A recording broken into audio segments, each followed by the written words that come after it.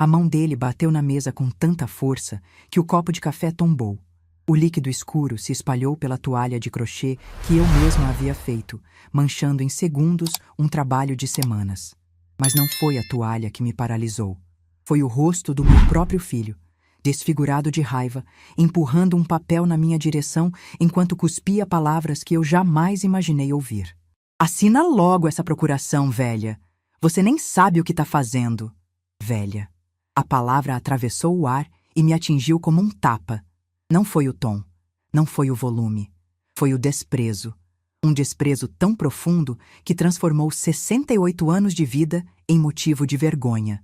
Como se as mãos que trocaram as fraldas dele, que prepararam milhares de refeições, que costuraram até sangrar para dar uma vida digna àquele homem, como se essas mãos agora não servissem para nada além de assinar minha própria sentença.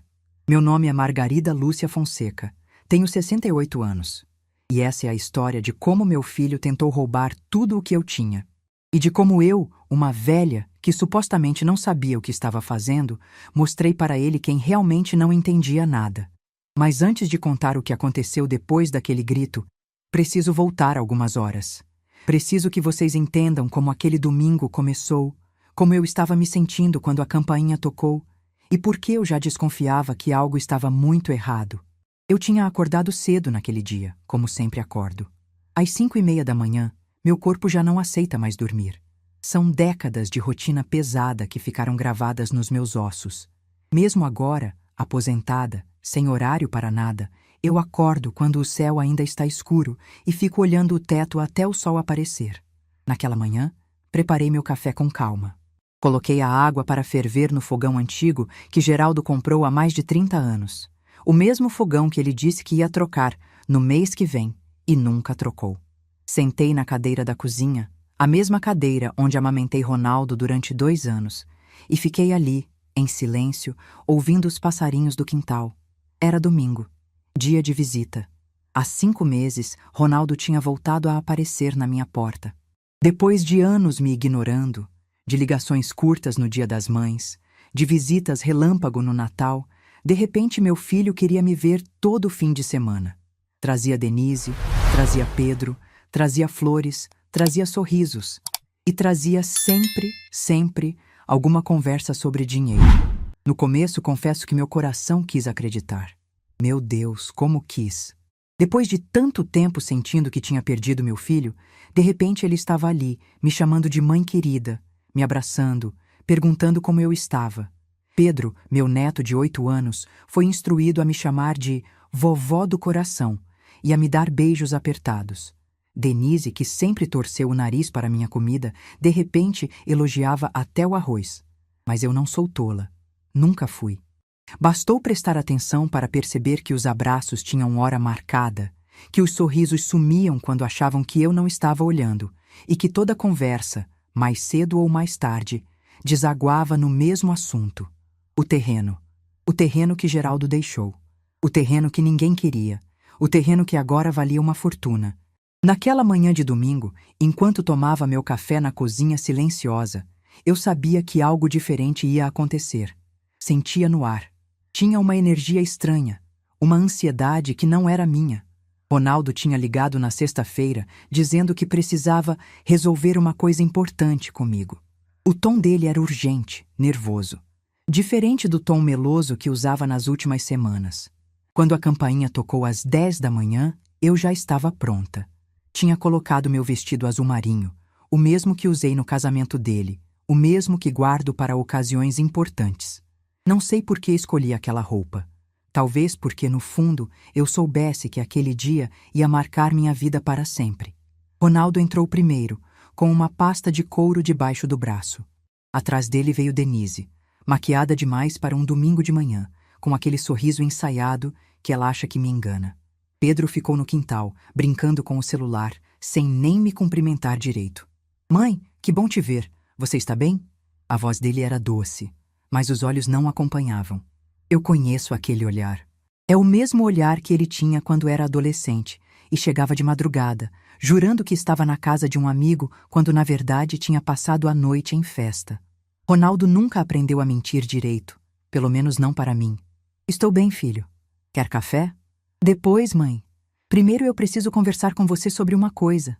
Ele sentou no sofá e abriu a pasta.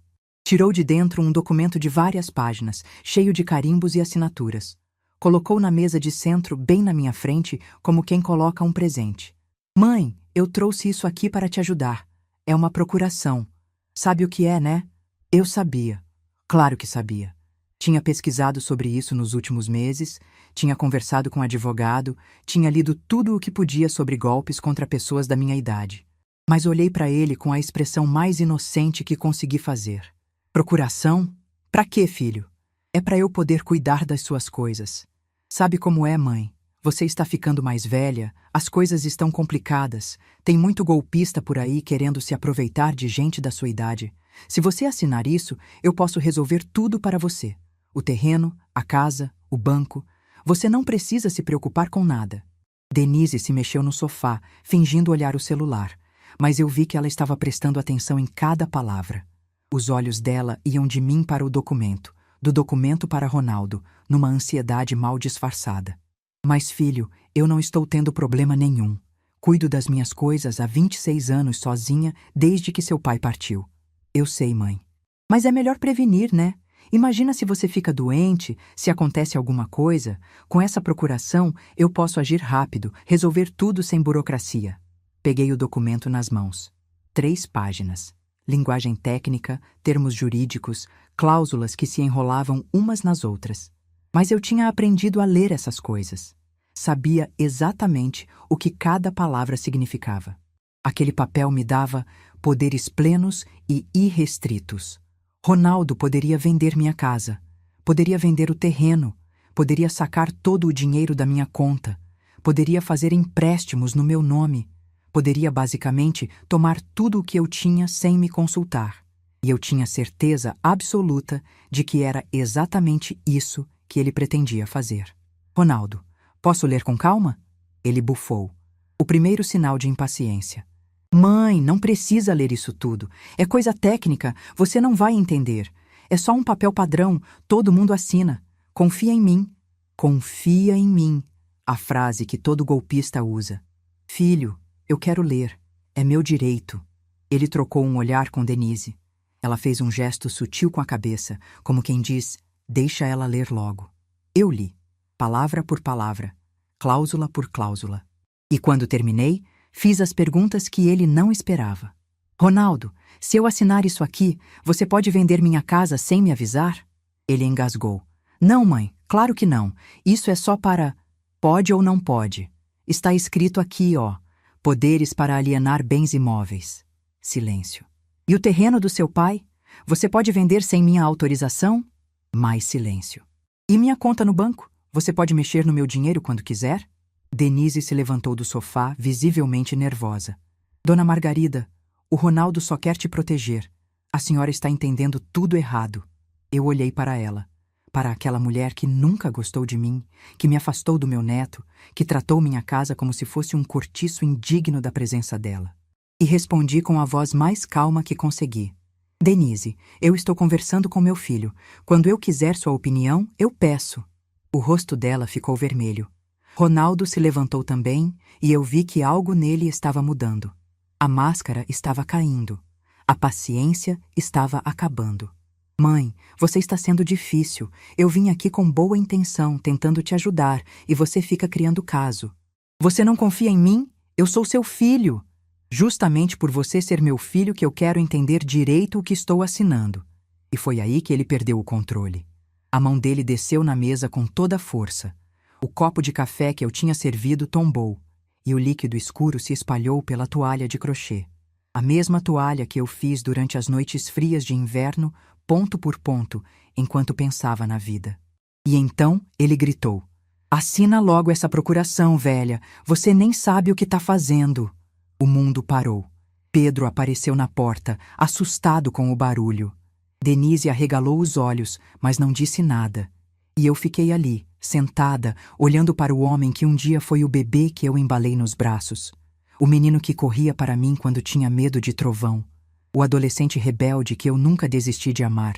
Aquele homem tinha acabado de me chamar de velha. Com desprezo, com raiva. como se eu fosse um obstáculo no caminho dele. Por um momento, senti que ia chorar. Senti aquele aperto no peito que a gente sente quando algo se quebra dentro da gente. Mas então, do fundo de algum lugar que eu nem sabia que existia, veio outra coisa. Calma. Uma calma absoluta. Uma clareza que iluminou tudo. Eu peguei aquele documento. Olhei para cada página. E comecei a rasgar. Devagar. Sem pressa. Transformando aquele papel em pedaços pequenos, em confete, em nada. Ronaldo ficou paralisado, sem acreditar no que estava vendo. Denise deu um passo para trás, como se tivesse medo de mim. Quando terminei, joguei os pedaços na mesa, bem em cima do café derramado. E disse com a voz mais firme que já usei na minha vida: "A porta da minha casa está aberta. Você pode sair por ela agora." Ronaldo começou a gritar. Disse que eu era ingrata, que ele tinha me aguentado a vida inteira, que vai terminar sem ninguém do seu lado, sem ninguém para cuidar de mim. Denise acrescentou que eu era impossível e teimosa como uma mula. Pedro olhava tudo calado, com os olhos arregalados. Eu não respondi. Apenas fui até a porta, abri e fiquei ali esperando. Eles saíram. Ronaldo bateu o portão com tanta força que a janela da sala tremeu. E quando o silêncio voltou, eu fiquei parada no meio da sala, olhando para os pedaços de papel espalhados pela mesa, para o café manchando minha toalha, para o vazio que meu filho tinha deixado. Fui até a janela e vi o carro dele arrancando, os pneus cantando no asfalto. Pedro estava no banco de trás, olhando para a casa, talvez tentando entender o que tinha acabado de acontecer. Meu neto, 8 anos de idade. Testemunha do pai chamando a avó de velha. Fechei a cortina e me sentei no sofá. Olhei para minhas mãos. As mesmas mãos que Ronaldo achava que não serviam para mais nada. Mãos enrugadas, marcadas pelo tempo, mas ainda firmes. Ainda capazes. Então as lágrimas vieram. Chorei baixinho, sem soluços. Não era só tristeza. Era o luto por um filho que eu tinha perdido em algum momento do caminho. Um filho que eu criei com tanto amor e que agora me via apenas como um obstáculo entre ele e o dinheiro que queria. Mas junto com as lágrimas veio também uma certeza. Eu tinha passado 26 anos protegendo aquele homem, trabalhando por ele, sacrificando meus sonhos, engolindo desaforos, aceitando migalhas de afeto para não perdê-lo. Mas naquele domingo, olhando para os pedaços de papel na mesa, eu entendi uma verdade que deveria ter entendido há muito tempo. Não era eu que precisava provar meu valor para Ronaldo. Era ele que tinha perdido o direito de fazer parte da minha vida. Sequei as lágrimas, respirei fundo e lembrei do celular. Levei a mão ao bolso do vestido.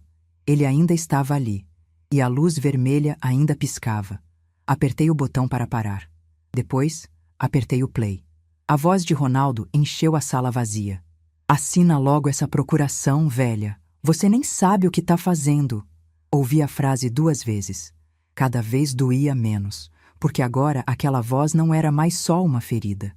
Era uma prova. O que Ronaldo não sabia era que eu não era a velha ignorante que ele pensava. Há meses eu vinha me preparando, consultando advogado, pesquisando meus direitos, aprendendo a usar a tecnologia que ele achava que eu não entendia. Cada palavra, cada grito, tudo estava gravado. Fui até a cozinha, lavei o rosto, coloquei água para ferver. Enquanto a chaleira apitava, peguei o telefone e disquei um número que eu já sabia de cor. "Doutor Henrique? É a dona Margarida. Aconteceu. Eu tenho a gravação." Do outro lado da linha, ouvi a voz calma do meu advogado. "A senhora está bem?" "Estou. Agora estou." "Então vamos conversar, porque o que vai acontecer nas próximas horas vai mudar tudo." Desliguei o telefone e olhei pela janela. O sol de domingo brilhava lá fora, como se nada tivesse acontecido. Mas para mim, nada seria normal de novo. Eu tinha tomado uma decisão, e dessa vez não ia voltar atrás. Para vocês entenderem o peso daquele grito, preciso voltar no tempo. Preciso contar sobre os anos que vieram antes daquele domingo. Sobre as noites sem dormir, sobre o trabalho que destruiu minhas mãos, sobre cada sacrifício que fiz por um filho que me chamou de velha como se fosse um insulto. Fiquei viúva aos 42 anos. Ronaldo tinha acabado de fazer 14. Geraldo partiu numa terça-feira comum, dessas que não tem nada de especial. Ele estava no quintal consertando a cerca que tinha soltado com a chuva da semana anterior. Eu estava na cozinha preparando o jantar, picando cebola, ouvindo o rádio tocar aquelas músicas antigas que a gente gostava. Quando saí para chamá-lo, ele estava caído no chão, a chave de fenda ainda na mão, os olhos abertos, olhando para o céu. O coração tinha simplesmente parado, sem aviso, sem despedida, sem tempo para eu dizer que o amava uma última vez. Ronaldo chegou da escola e me encontrou sentada no chão do quintal, segurando a mão do pai, sem conseguir soltar. O grito que ele deu naquele dia ainda ecoa na minha memória. Um grito de menino que, em segundos, foi obrigado a crescer. O velório foi no dia seguinte. A casa ficou cheia de gente dizendo que sentiam muito, que Geraldo era um bom homem, que eu precisava ser forte.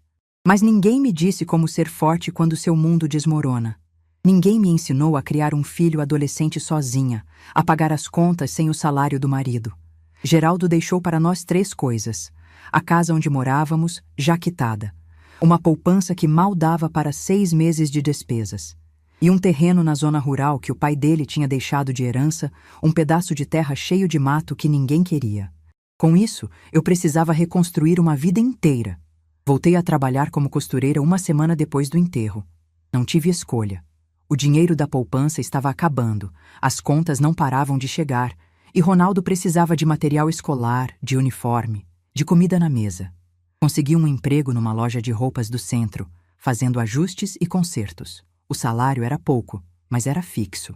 Saía de casa às 6 da manhã, pegava 2 ônibus, chegava na loja às 7h30. Trabalhava até às 6 da tarde. Pegava os mesmos 2 ônibus de volta, chegava em casa às 8 da noite. Mas isso não era suficiente. Comecei a pegar costuras extras para fazer em casa. Vestidos de noiva, ternos, roupas de festa, trabalhos delicados que exigiam horas de dedicação e pagavam centavos. Eu costurava até meia-noite, às vezes até 2 da manhã, com os olhos ardendo de cansaço e os dedos cheios de furos de agulha. Ronaldo reclamava que eu nunca estava em casa, que ele tinha que esquentar a própria comida, que os amigos dele tinham mães que iam às reuniões da escola, que assistiam aos jogos de futebol, que estavam presentes. Ele não entendia que eu estava presente da única forma que podia, garantindo que ele tivesse um teto, comida e futuro. Uma noite, ele tinha uns 15 anos. Eu cheguei em casa e encontrei a pia cheia de louça suja. Ronaldo estava no quarto, jogando videogame, com o volume no máximo. Eu tinha trabalhado 14 horas naquele dia. Minhas costas doíam tanto que eu mal conseguia ficar em pé. Pedi para ele lavar a louça. Ele respondeu sem tirar os olhos da tela: "Lava você. É seu trabalho." Eu lavei, calada, engolindo as lágrimas junto com o orgulho. Naquela época, eu achava que era assim mesmo, que mãe tinha que aguentar tudo, que filho adolescente era difícil, mas passava, que um dia ele ia reconhecer tudo o que eu fiz por ele. Ainda estou esperando esse dia. Os anos foram passando. Ronaldo se formou no ensino médio com notas medianas e zero vontade de continuar estudando.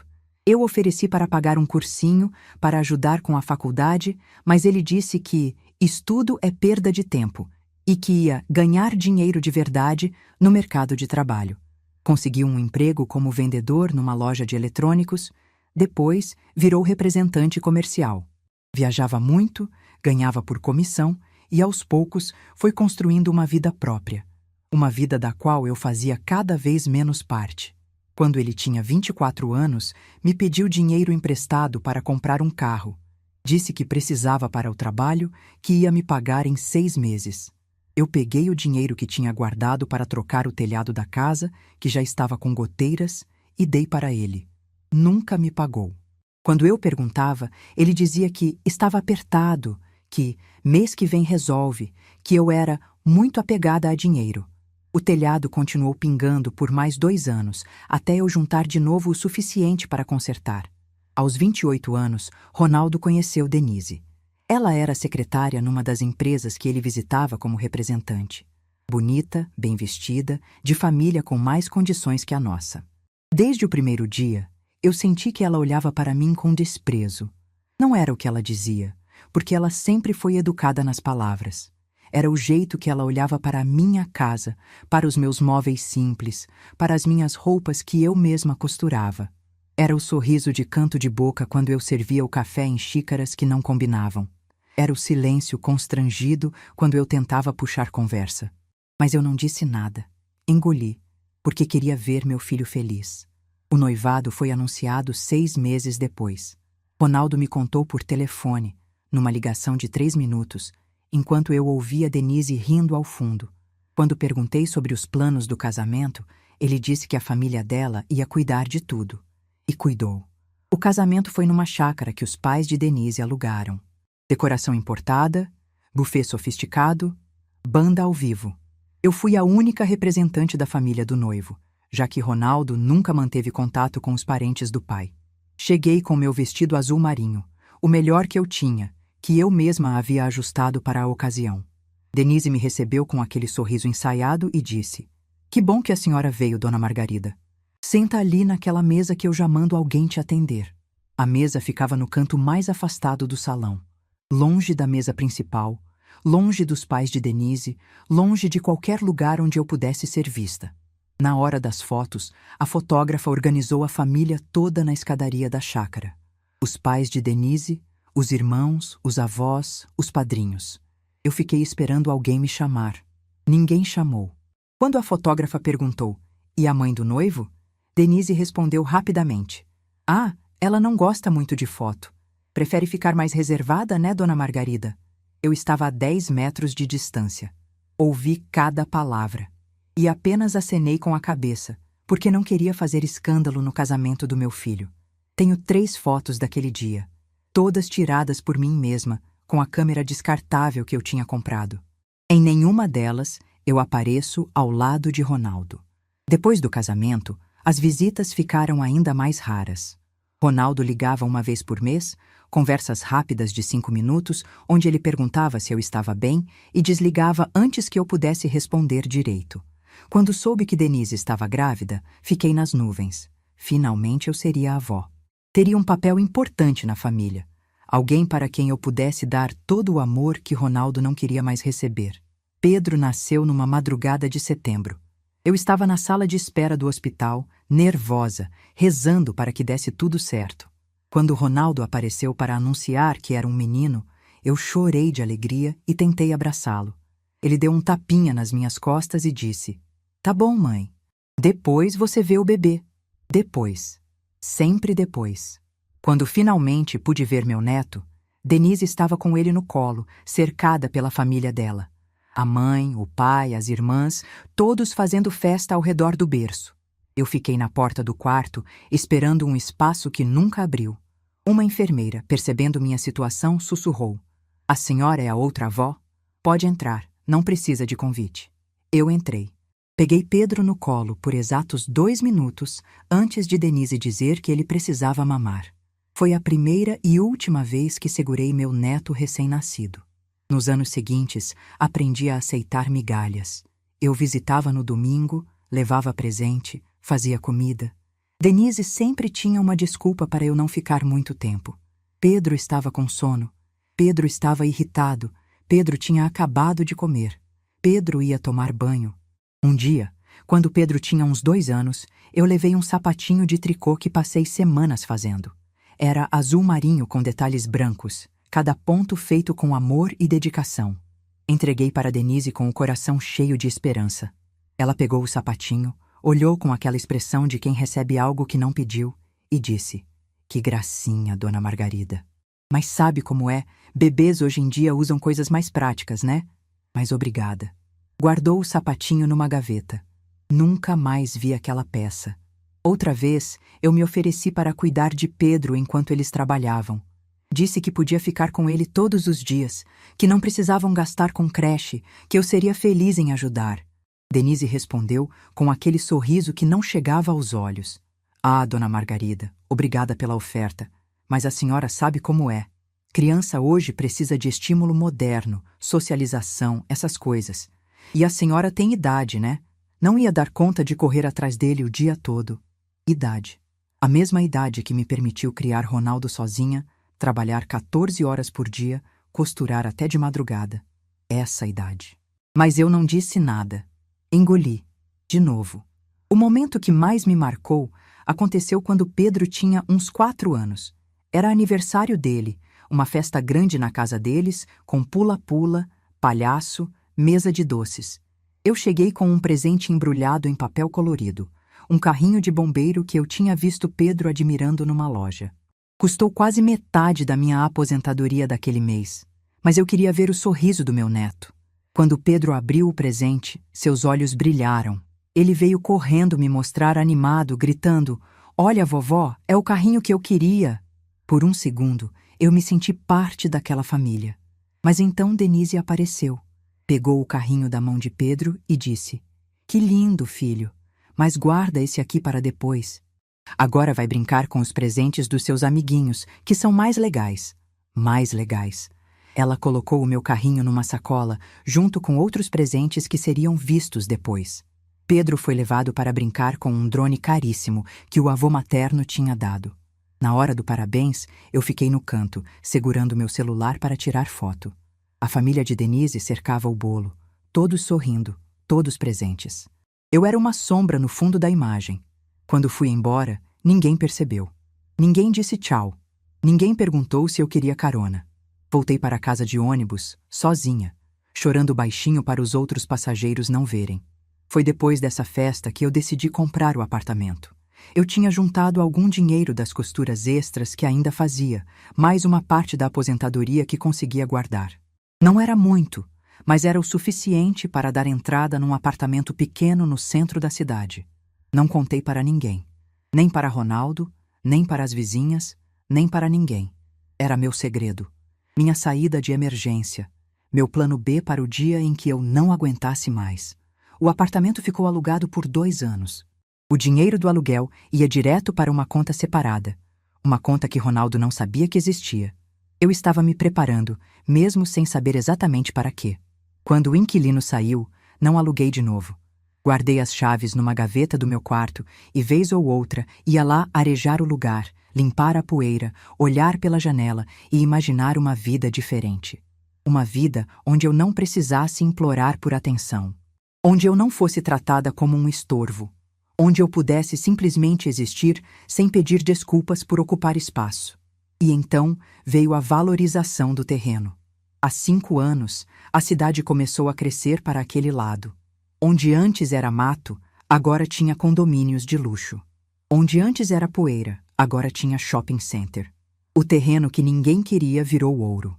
E meu filho, que mal me ligava no Dia das Mães, de repente lembrou que tinha uma mãe. As visitas voltaram. Os sorrisos reapareceram. Pedro foi treinado para me chamar de vovó querida. E toda a conversa, toda, terminava no mesmo assunto: o terreno. Eu fingia que não percebia. Mudava de assunto. Fazia de conta que acreditava nas desculpas, nos abraços ensaiados, nos "te amo, mãe", que soavam mais falsos a cada domingo. Mas eu sabia. No fundo, eu sempre soube. E foi por isso que, quando Ronaldo bateu na mesa e me chamou de velha, eu não fiquei surpresa. Fiquei apenas cansada. Cansada de dar. Cansada de esperar. Cansada de ser invisível na vida do meu próprio filho. Mas dessa vez, pela primeira vez em 26 anos, eu não ia engolir. Dessa vez, eu ia responder. Dr. Henrique chegou na minha casa 40 minutos depois da ligação. Eu ainda estava com o vestido azul marinho. Ainda tinha os olhos inchados de chorar. Ainda sentia o coração batendo forte demais. Mas quando abri a porta e vi aquele senhor de cabelos brancos, pasta de couro na mão e olhar firme, senti algo que não sentia há muito tempo. Segurança. Ele entrou sem cerimônia, olhou ao redor da sala e viu os pedaços de papel espalhados pela mesa, a toalha de crochê manchada de café, o cenário do que tinha acontecido ali poucas horas antes. A senhora fez a coisa certa, dona Margarida. Rasgar aquele documento foi o primeiro passo. Eu ofereci café. Ele aceitou. E enquanto eu preparava na cozinha, com as mãos ainda tremendo, ele foi direto ao ponto. Me conta tudo. Desde o início. Cada palavra que ele disse. Cada gesto. Cada ameaça. Eu preciso saber de tudo para montar o caso. Sentei na cadeira da cozinha, a mesma cadeira onde tinha amamentado Ronaldo décadas atrás, e contei. Contei sobre os 5 meses de visitas falsas, sobre as conversas que sempre terminavam no terreno, sobre a pressão disfarçada de preocupação. Contei sobre o documento que ele trouxe, sobre as perguntas que fiz, sobre o momento em que ele perdeu a paciência e gritou aquela palavra que ainda ecoava na minha cabeça. Velha. Dr. Henrique ouviu tudo em silêncio, fazendo anotações num caderninho que tirou do bolso. Quando terminei, ele colocou a caneta na mesa e me olhou nos olhos. Dona Margarida, o que seu filho tentou fazer tem nome. Chama-se estelionato contra pessoa idosa. É crime. E com a gravação que a senhora tem, temos provas suficientes para uma denúncia formal. Crime. A palavra pesou no ar como chumbo. Meu filho era um criminoso. O menino que eu criei, que carreguei no colo, que ensinei a andar e a falar, tinha tentado me roubar. E agora eu estava sentada na minha cozinha, conversando com um advogado sobre como mandá-lo para a cadeia. Vocês devem estar se perguntando como eu conheci Dr. Henrique. A história é simples, mas importante. Há 2 anos, minha vizinha Dona Célia passou por algo parecido. O genro dela, um sujeito que sempre pareceu simpático, convenceu ela a assinar uma procuração para facilitar as coisas. Dona Célia, que na época tinha 74 anos, assinou sem ler direito. Confiou. Em menos de 6 meses, o genro tinha vendido o apartamento dela, esvaziado a conta bancária e sumido com o dinheiro. Dona Célia ficou sem nada. Teve que ir morar com uma sobrinha em outra cidade, dependendo da caridade dos outros. Quando soube dessa história, algo dentro de mim acendeu um alerta. Eu olhava para Ronaldo, para as visitas que tinham voltado do nada, para as conversas sobre o terreno e pensava, será que ele seria capaz? A resposta, eu descobri naquele domingo, era sim. Mas antes de descobrir, eu me preparei. Procurei Dona Célia pelo telefone e perguntei se ela conhecia algum advogado de confiança. Ela me deu o nome de Dr. Henrique, o mesmo que tinha tentado ajudá-la depois do golpe.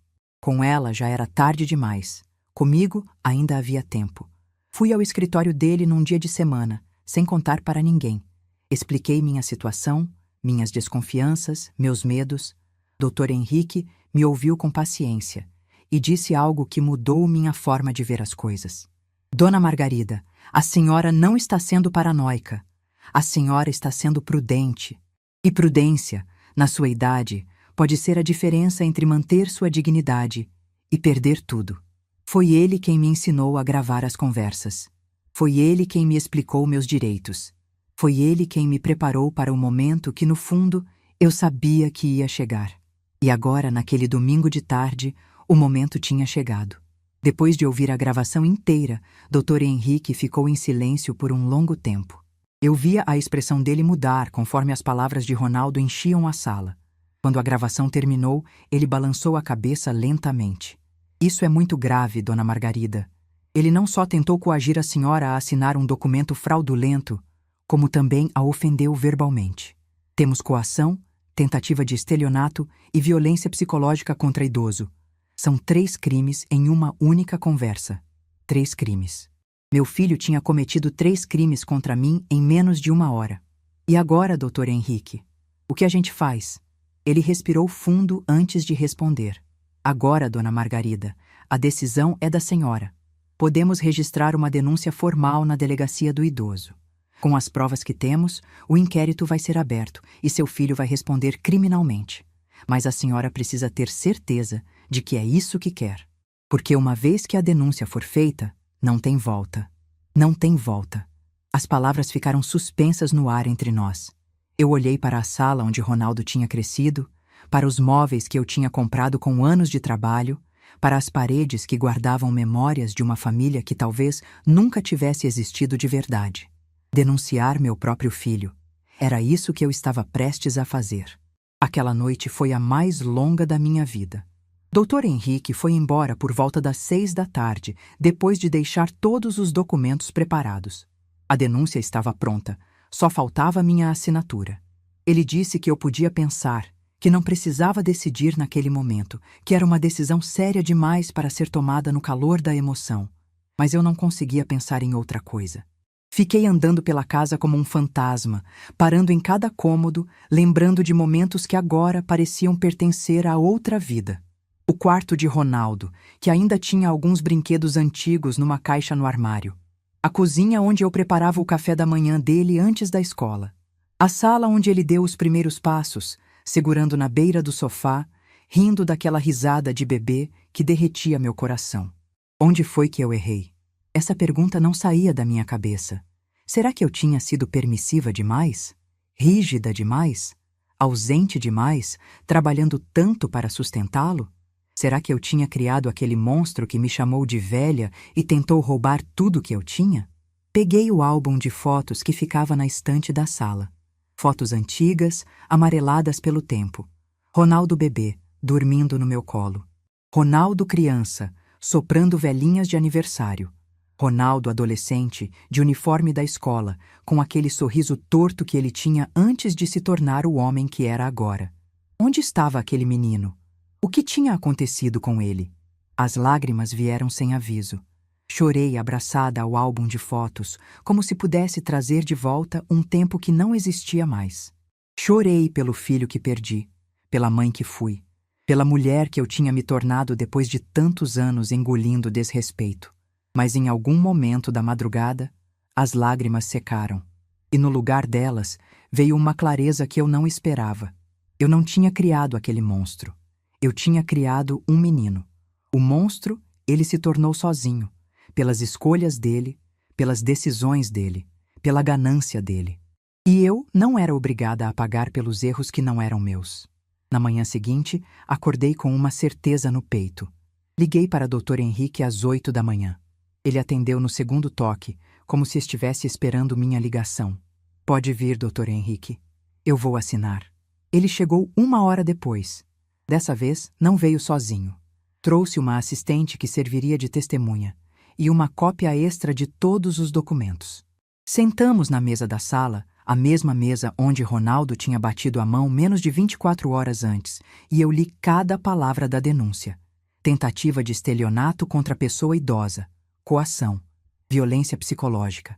Tudo estava ali, documentado, descrito em linguagem técnica que transformava minha dor em termos jurídicos. Assinei em todas as páginas que precisavam de assinatura. Coloquei minha digital onde pediam. E quando terminei, senti algo que não esperava sentir. Alívio. Não era felicidade, não era satisfação, era alívio.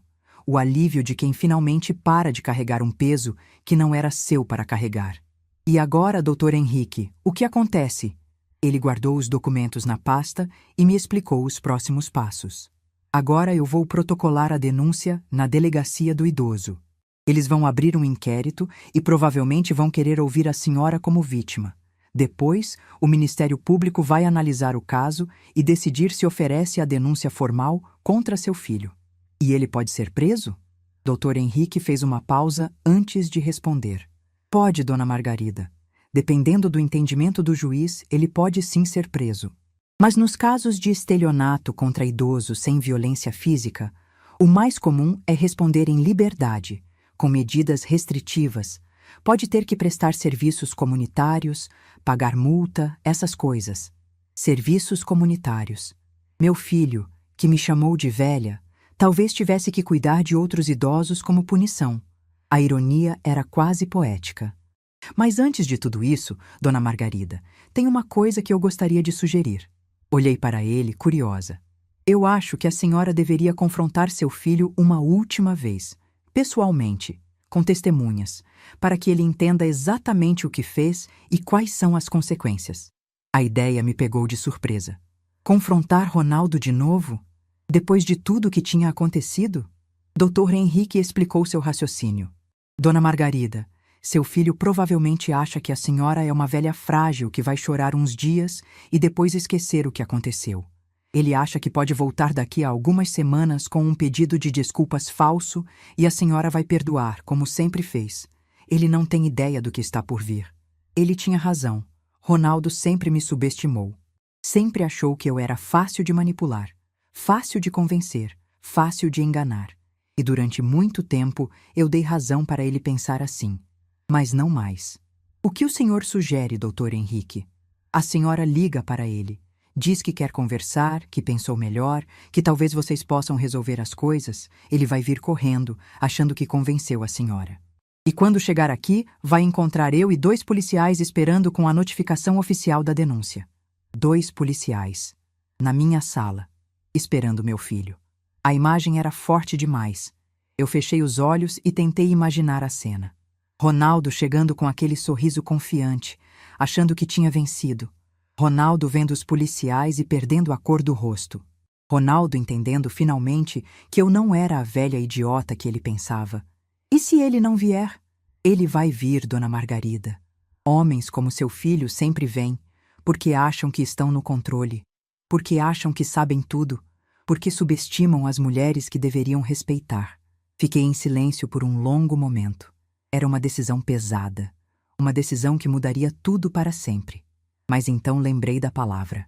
Velha, do desprezo na voz dele, da mão batendo na mesa, do café derramando na toalha que eu fiz com tanto carinho. E a decisão ficou fácil. Tudo bem, doutor Henrique, vamos fazer do seu jeito. Ele assentiu com a cabeça satisfeito. Então vamos marcar para quinta-feira. Isso dá tempo de protocolar a denúncia e organizar tudo. A senhora liga para ele na quarta-feira de noite. Marca a conversa para quinta às 3 da tarde. Eu chego antes com os policiais e a gente espera. Quinta-feira. Em 3 dias, meu filho ia descobrir quem era a velha que ele tanto desprezava. Quando o doutor Henrique saiu, eu fiquei parada na porta, olhando a rua vazia. O sol de segunda-feira brilhava como se nada estivesse acontecendo. As crianças do vizinho brincavam na calçada, os carros passavam, a vida seguia seu curso normal. Mas para mim, nada era normal. Em 3 dias, eu ia fazer algo que jamais imaginei fazer. Ia confrontar meu filho com a polícia. Ia mostrar para ele que ações têm consequências. Ia ensinar uma lição que eu deveria ter ensinado décadas atrás. Entrei em casa e fui até o quarto. Abri a gaveta onde guardava as chaves do apartamento no centro. Aquele apartamento que eu tinha comprado em segredo, minha saída de emergência. Segurei as chaves na mão e pensei que talvez, depois de tudo isso, eu fosse precisar delas. Não para fugir, mas para recomeçar. Guardei as chaves no bolso e fui para a cozinha preparar um chá. Tinha 3 dias pela frente. 3 dias para me preparar para o momento mais difícil da minha vida, mas também, talvez, o mais libertador. Quinta-feira, 3 da tarde. O sol entrava pela janela da sala e desenhava retângulos de luz no chão. Eu estava sentada no sofá, com as mãos cruzadas no colo, tentando parecer calma. Mas por dentro, meu coração batia tão forte que eu tinha certeza de que dava para ouvir do outro lado da rua. Doutor. Henrique estava na poltrona ao meu lado, com a pasta de documentos no colo. Na cadeira perto da porta, 2 policiais militares esperavam em silêncio. Um homem e uma mulher, ambos jovens, ambos sérios, ambos ali para testemunhar o que estava prestes a acontecer. A policial, que se chamava Tenente Carla, tinha me explicado tudo antes de Ronaldo chegar, que eles estavam ali como testemunhas oficiais, que a notificação seria entregue em mãos, que meu filho teria que assinar um documento confirmando que foi informado da denúncia, que ele não seria preso naquele momento, mas que teria que se apresentar na delegacia em até 5 dias para prestar depoimento. Eu ouvia tudo e balançava a cabeça, mas a verdade é que mal conseguia processar as informações. Minha mente estava em outro lugar. Estava pensando no menino que Ronaldo foi, no homem que ele se tornou, e na mãe que eu precisava ser naquele momento. O relógio da parede marcava 3h05 quando ouvi o barulho do carro estacionando na frente de casa. Ele tinha chegado. Na noite anterior, eu tinha feito a ligação mais difícil da minha vida. Ronaldo atendeu no 3º toque, com aquela voz cautelosa de quem não sabe o que esperar. Faz sentido. Eu tinha expulsado ele de casa no domingo, rasgado a procuração na cara dele, mandado ele embora. Ele provavelmente achou que eu nunca mais ia ligar. Mãe? Oi, filho. Tudo bem com você? Silêncio do outro lado. Eu quase podia ouvir ele pensando, calculando, tentando entender o que estava acontecendo. Tô bem, mãe. E a senhora? Eu estive pensando muito nesses últimos dias, Ronaldo. Sobre o que aconteceu no domingo. Sobre tudo. Mais silêncio. Depois, a voz dele ficou mais suave, mais cuidadosa. A voz que ele usava quando queria alguma coisa. Mãe, olha, eu sei que eu exagerei. Eu não devia ter gritado com a senhora. Eu estava nervoso. As coisas andam difíceis, mas não é desculpa. Me perdoa? Me perdoa. Como se um pedido de desculpas por telefone pudesse apagar o que ele tinha feito. É sobre isso que eu quero conversar, filho. Pessoalmente. Você pode vir aqui amanhã, às 3 da tarde? Amanhã? Claro, mãe. Claro que eu vou. A ansiedade na voz dele era palpável. Ele achava que tinha funcionado. Achava que o grito, a pressão, a palavra velha tinham surtido efeito. Achava que eu tinha passado a semana pensando e finalmente cedido. Coitado. Não fazia ideia do que estava por vir. Então tá combinado, filho. Amanhã às 3. Tá bom, mãe. Até amanhã. Te amo. Te amo. A frase saiu tão automática, tão vazia, que doeu mais do que o silêncio. Até amanhã, Ronaldo. Desliguei o telefone e fiquei olhando para a parede. Em menos de 20 horas, meu filho ia descobrir quem era a velha que ele tanto desprezava. O portão rangeu quando ele abriu. Passos no caminho de pedras. A silhueta dele aparecendo na janela. E então, a campainha. Eu não me levantei. Foi Dr. Henrique quem abriu a porta. A expressão de Ronaldo quando viu um estranho na porta da casa da mãe já foi de surpresa. Mas quando ele entrou na sala e viu os 2 policiais sentados, a surpresa virou outra coisa. Medo. Eu vi a cor sumir do rosto dele. Vi as pernas vacilarem, o corpo inteiro ficar tenso como se estivesse prestes a correr. Os olhos dele foram de mim para os policiais, dos policiais para Dr. Henrique, de Dr. Henrique de volta para mim. Mãe? O que está acontecendo aqui? Eu não respondi. Foi Dr. Henrique quem falou. Senhor Ronaldo, meu nome é Henrique Mota, sou advogado. Represento sua mãe, Dona Margarida Lúcia Fonseca, em uma ação judicial contra o senhor. Ronaldo ficou parado na entrada da sala, sem conseguir se mover. A pasta de couro que ele trazia, provavelmente com outra cópia da procuração maldita, escorregou da mão dele e caiu no chão. Ação judicial? Que ação judicial? Mãe, o que é isso? Dr. Henrique continuou, calmo e profissional. O senhor está sendo formalmente notificado de uma denúncia registrada na Delegacia de Proteção ao Idoso. Os crimes imputados ao senhor são tentativa de estelionato contra a pessoa idosa, coação e violência psicológica. A denúncia foi baseada em provas documentais e gravações de áudio que comprovam a conduta criminosa do senhor no último domingo, dia em que o senhor compareceu a esta residência com o objetivo de forçar sua mãe a assinar uma procuração fraudulenta. Cada palavra era um soco. Eu via Ronaldo recebendo cada uma delas como se fossem golpes físicos.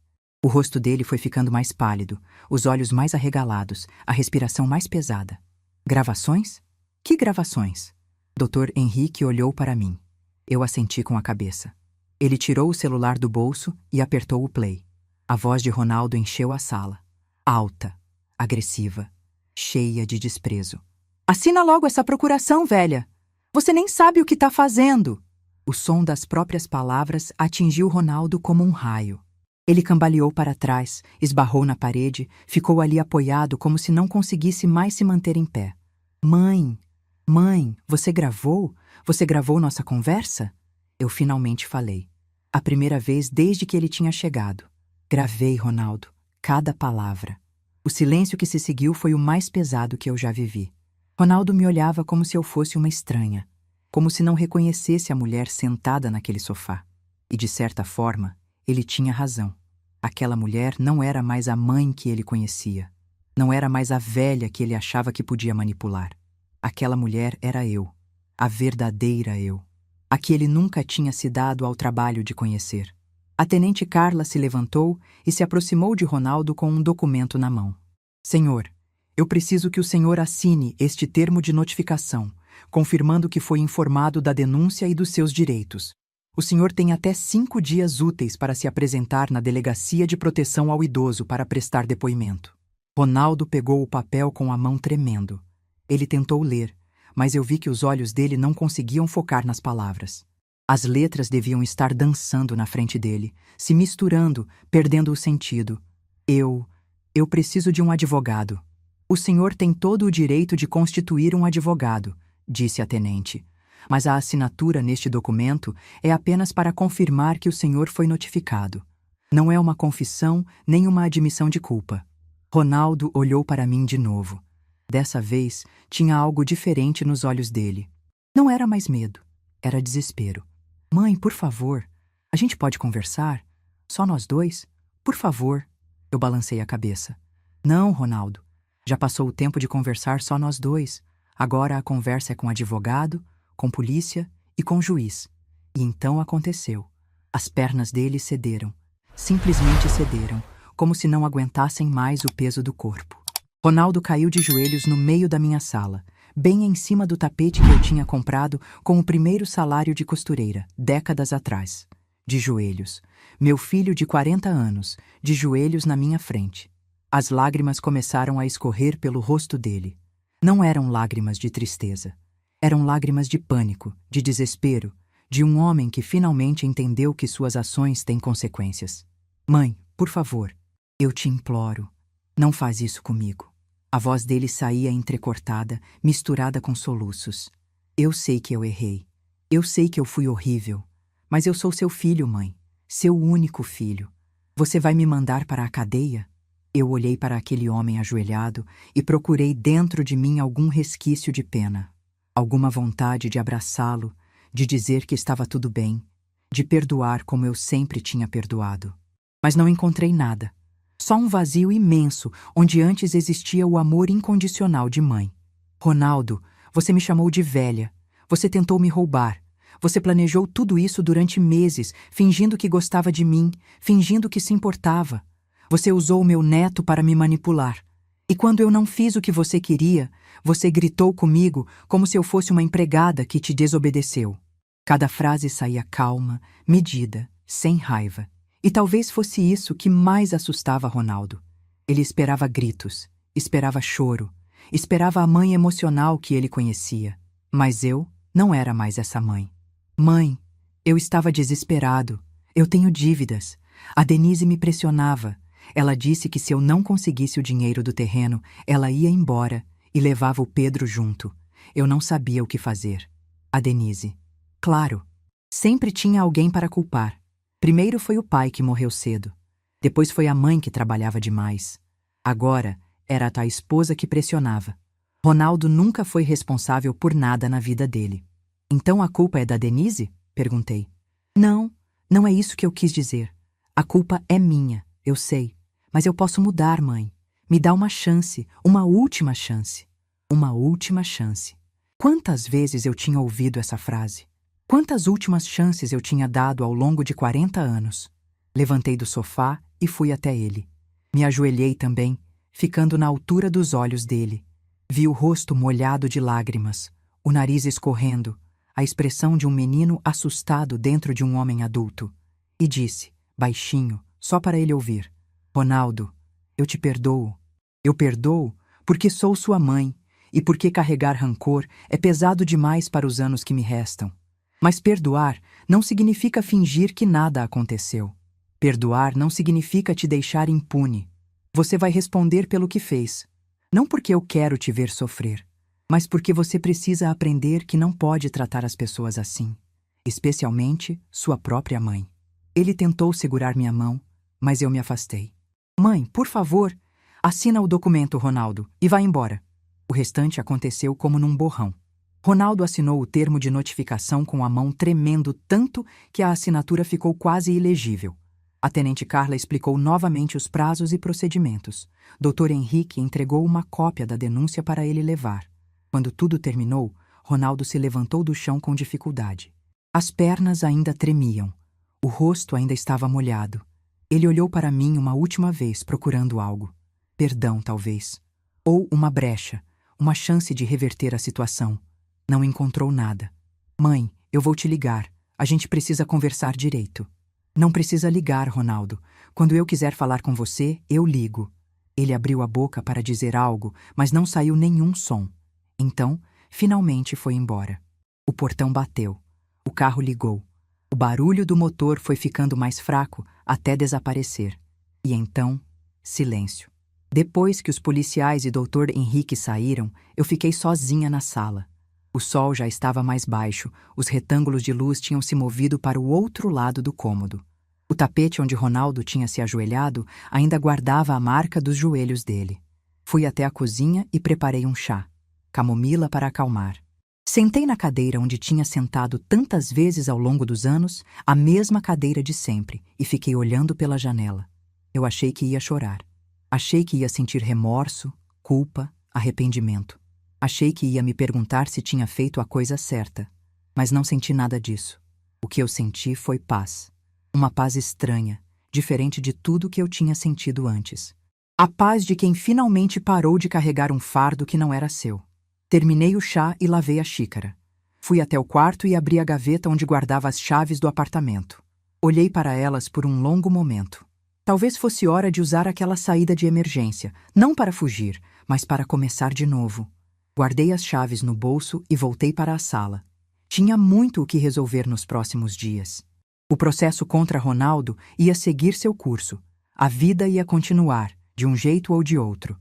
Mas naquela noite, pela primeira vez em muitos anos, eu dormi em paz. Porque finalmente, depois de tanto tempo sendo invisível, eu tinha sido vista. E mais importante, eu tinha me visto.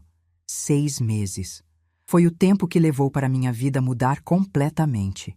Estou sentada agora na varanda do meu apartamento. Aquele mesmo apartamento que comprei em segredo anos atrás, olhando o movimento da cidade lá embaixo. É um lugar pequeno, mas é meu. Cada móvel foi escolhido por mim. Cada quadro na parede reflete meu gosto. Cada cantinho tem minha energia. Pela primeira vez em 68 anos, eu moro num lugar que é só meu. Sem memórias de casamento, sem fantasmas de filhos ingratos, sem paredes que guardam décadas de sacrifício não reconhecido. É estranho como a liberdade tem cheiro. Cheira a café fresco pela manhã, a plantas que eu mesma cuido, a perfume que eu uso porque gosto e não porque é barato.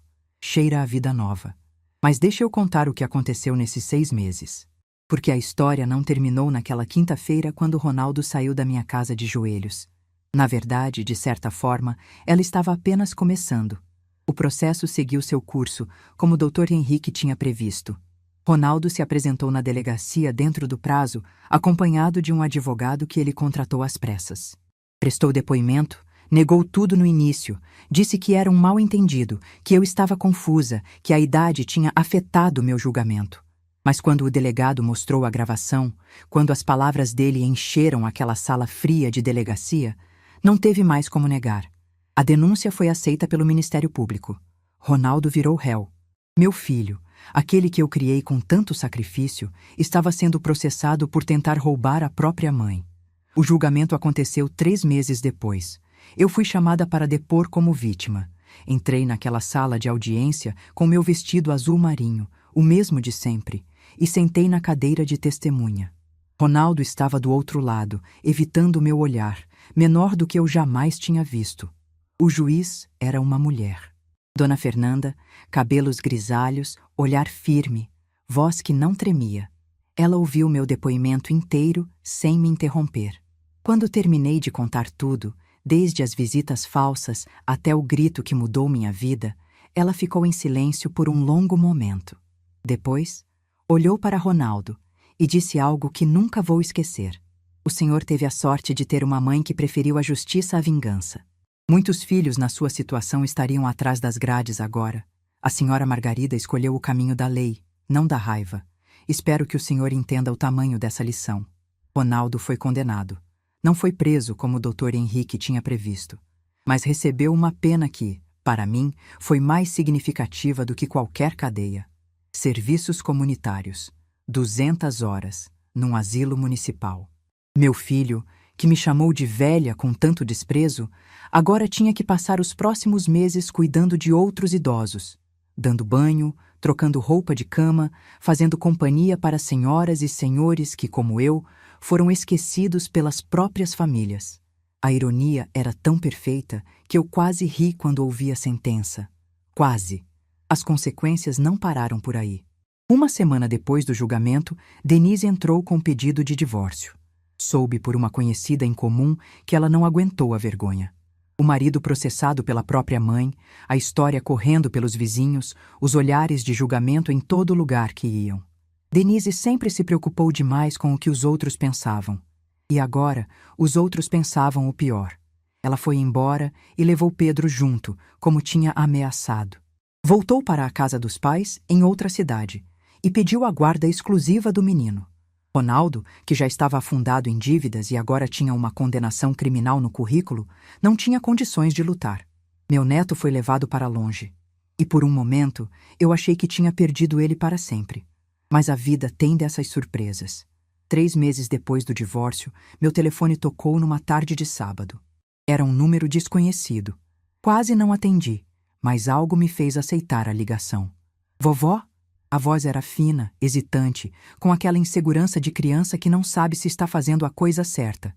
Meu coração parou por um segundo. Pedro? É você, meu filho? Sou eu, vovó. Eu peguei o telefone da minha mãe escondido. Ela não sabe que eu tô ligando. Sentei no sofá, as pernas tremendo. Fazia meses que não ouvia a voz do meu neto. Meses achando que ele tinha sido envenenado contra mim, que Denise tinha contado uma versão distorcida da história, que Pedro me via como a vilã que destruiu a família dele. Meu amor, que bom ouvir sua voz. Como você está? Eu tô bem, vovó. Mas eu queria te falar uma coisa. Silêncio do outro lado. Eu esperei, segurando a respiração. Eu vi o vídeo, do julgamento. Minha mãe não sabe, mas eu achei no computador dela. Eu vi tudo que o papai fez. Eu ouvi ele te chamando de... daquele jeito. As lágrimas vieram antes que eu pudesse impedir. Pedro, meu amor, você não precisava ter visto isso. Precisava sim, vovó. Porque agora eu entendo. Eu sei que você não é a pessoa má que a mamãe fala. Eu sei que o papai errou. E eu queria te pedir desculpas. Desculpas? Por quê, meu filho? Por todas as vezes que eu não te dei atenção. Por todas as vezes que eu preferi brincar com as coisas do vovô Antônio em vez dos seus presentes. Por não ter dito tchau naquele dia da festa. Ele lembrava. Meu neto de 8 anos lembrava do dia em que eu fui embora sem que ninguém percebesse. Pedro, você não tem culpa de nada. Você era criança. Você ainda é criança. Eu sei, vovó. Mas eu queria que você soubesse que eu te amo. De verdade. Não porque alguém mandou eu falar. Eu te amo porque você é minha vovó. E porque você fazia aquele bolo de cenoura que eu gostava. E porque você sempre tinha um abraço para mim, mesmo quando eu não merecia. Chorei por 10 minutos depois que desliguei o telefone. Mas não eram lágrimas de tristeza. Eram lágrimas de cura. Pedro e eu começamos a nos falar toda semana, sempre escondido da Denise.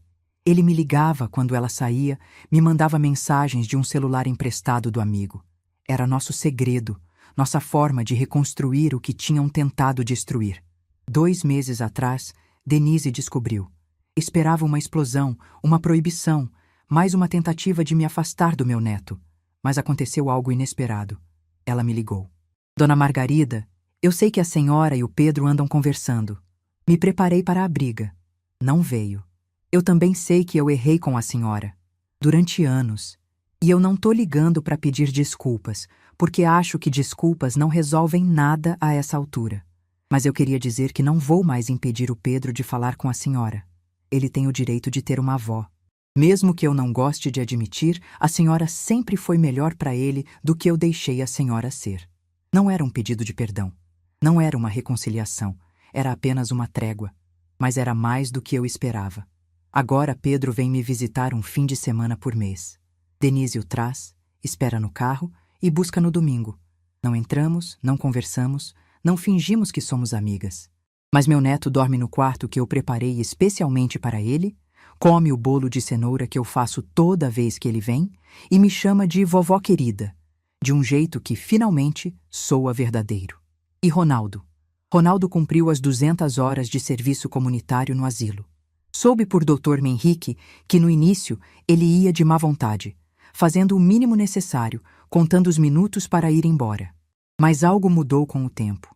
Uma das idosas do asilo, Dona Benedita, tinha 82 anos e nenhuma família. Os filhos nunca apareciam. Os netos nem sabiam que ela existia. Ela passava os dias olhando pela janela, esperando visitas que nunca vinham. Ronaldo começou a passar mais tempo com ela. Primeiro por obrigação, depois por escolha. Ele lia para ela, assistia a novela junto, ouvia as histórias de um tempo que ela insistia em não esquecer. E em algum momento, segundo o que me contaram, ele chorou. Chorou abraçado a uma velha que não era sua mãe, pedindo perdão por coisas que ela nem entendia. Ele me procurou há um mês. Apareceu na porta do meu apartamento sem avisar, com os olhos vermelhos e um buquê de flores na mão. Não eram flores caras. Eram margaridas, como meu nome. Mãe, eu sei que eu não mereço seu tempo. Eu sei que eu destruí tudo, mas eu precisava te ver. Precisava te dizer pessoalmente que eu entendi. Demorou, mas eu entendi. Deixei ele entrar. Ofereci café. Escutei o que ele tinha a dizer. Ele me contou sobre Dona Benedita, sobre as outras idosas do asilo, sobre como passou meses cuidando de pessoas que, diferente dele, não tinham escolhido abandonar os pais. Pessoas que foram abandonadas. E como, olhando para aquelas mulheres, ele finalmente se viu. Eu fui um monstro, mãe. Não só no dia da procuração. Fui um monstro a vida inteira. Eu te usei, te ignorei, te desprezei. E a senhora nunca parou de me amar. Eu não mereço isso. Não mereço a senhora. Escutei tudo em silêncio. E quando ele terminou, disse apenas: Ronaldo, eu te perdoei há muito tempo. Não por você, mas por mim. Carregar raiva é pesado demais para uma mulher da minha idade. Mas perdoar não significa esquecer. E não significa que as coisas vão voltar a ser como eram. Ele assentiu, os olhos cheios de lágrimas. Eu sei, mãe. Eu só queria que a senhora soubesse que eu vou passar o resto da minha vida tentando ser um homem melhor. Não para reconquistar a senhora, mas porque a senhora me ensinou, do jeito mais duro possível, que ações têm consequências. Ele foi embora naquele dia sem promessas, sem planos de reconciliação, sem finais felizes artificiais. Mas foi embora diferente do homem que tinha entrado. E talvez isso seja o máximo que uma mãe pode esperar de um filho que errou tanto. Quanto ao terreno, eu vendi uma parte dele, o suficiente para garantir minha tranquilidade até o fim dos meus dias, para reformar o apartamento do jeito que eu sempre quis e para criar algo que me enche de orgulho. Uma fundação. Pequena, mas real, em nome do Geraldo. A Fundação Geraldo Fonseca ajuda mulheres idosas em situação de vulnerabilidade. Mulheres que, como Dona Célia, foram enganadas por pessoas que deveriam protegê-las. Mulheres que, como eu quase fui, perderam tudo para a ganância de quem deveria amá-las. Já ajudamos 23 senhoras em 6 meses. Não é muito, mas é um começo. Hoje, aos 68 anos, eu olho para trás e vejo uma jornada que eu jamais imaginei fazer. Vejo uma menina que virou mulher, que virou esposa, que virou viúva, que virou mãe solo, que virou avó invisível, que virou vítima, que virou sobrevivente. Vejo décadas de sacrifício, de amor não correspondido, de espera por um reconhecimento que nunca veio. Mas também vejo algo mais. Vejo uma mulher que, quando chegou a hora, soube dizer não. Uma mulher que rasgou a procuração que queriam que ela assinasse. Uma mulher que escolheu a dignidade em vez do silêncio.